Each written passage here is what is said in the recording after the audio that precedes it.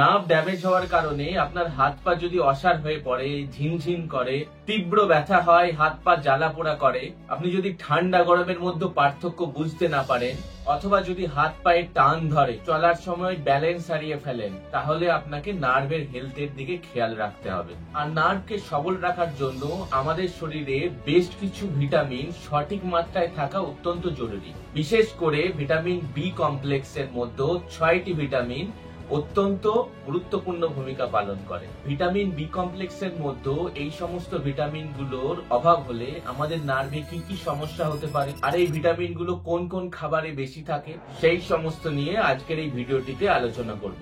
সবার প্রথম হলো ভিটামিন বি1, যাকে থায়ামিনও বলে। থায়ামিন শরীরের গ্লুকোজকে শক্তিতে রূপান্তরিত করতে সাহায্য করে, আর নার্ভের কোষের জন্য গ্লুকোজ হচ্ছে শক্তির প্রধান উৎস। ভিটামিন বি1 এর অভাবে নার্ভ এটিপি বা শক্তি পায় না, যার কারণে দুর্বল হয়ে পড়ে। এই ভিটামিনের অভাব বেশি হলে বেরিবেরি এবং ওয়ার্নিক কর্সাকফ সিনড্রোম নামে দুটো রোগ প্রধানত হয়ে থাকে।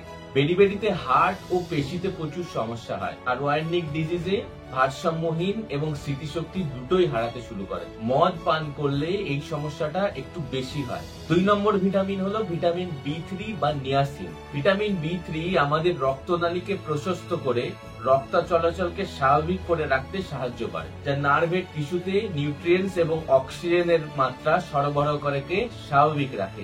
ভিটামিন বি3 অভাব যদি অনেক বেশি হয়, তাহলে পেলেগ্রা নামক রোগ আমাদের হয়ে থাকে। এতে ডায়রিয়া, ডার্মাটাইটিস থেকে শুরু করে ডিমেনশিয়া অর্থাৎ সবকিছু ভুলতে শুরু করা, এবং এই সমস্ত কিছু আলটিমেটলি মৃত্যু বা ডেথের দিকে ঠেলে দেয়। 3 নম্বর হলো ভিটামিন বি5 বা প্যান্টোথেনিক অ্যাসিড এবং ভিটামিন বি6 বা পাইরিডক্সিন। ভিটামিন বি5 কোএনজাইম এ তৈরি করে, যা নার্ভের শক্তি উৎপাদনে সাহায্য করে। ভিটামিন বি5 অ্যাসিটাইল কোলিন নামক নিউরোট্রান্সমিটারও তৈরি করে। অন্যদিকে ভিটামিন বি6 বা পাইরিডক্সিন ডোপামিন, সেরোটোনিন এবং গাবা নামক নিউরোট্রান্সমিটারগুলো তৈরি করে। আর এই সমস্ত নিউরোট্রান্সমিটার নার্ভগুলির মধ্যে ইন্টারনাল কানেকশন বজায় রাখতে সাহায্য করে। আর এই ভিটামিন গুলো যদি শরীরে কম মাত্রায় থাকে, তার নার্ভগুলোর মধ্যে কানেকশন ঠিকমতো হয় না, যার কারণে আমাদের মাংসপেশিগুলো দুর্বল হয়ে পড়ে।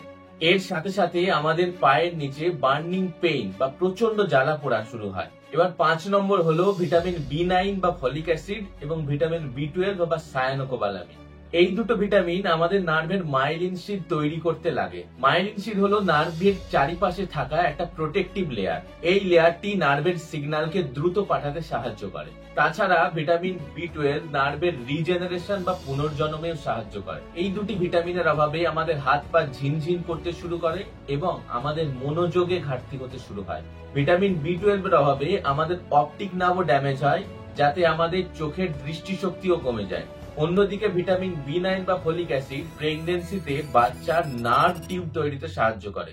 এবার যদি এই ভিটামিন কম থাকে, তাহলে স্পাইনা বাইফিটা, অ্যানেনসেফালি এই সমস্ত রোগগুলো বাচ্চার ধরা পড়ে। এবার আমরা জেনে নেই যে এই ভিটামিন বি কমপ্লেক্সের মধ্যে এই ভিটামিনগুলো কোন কোন খাবারের মধ্যে থাকে।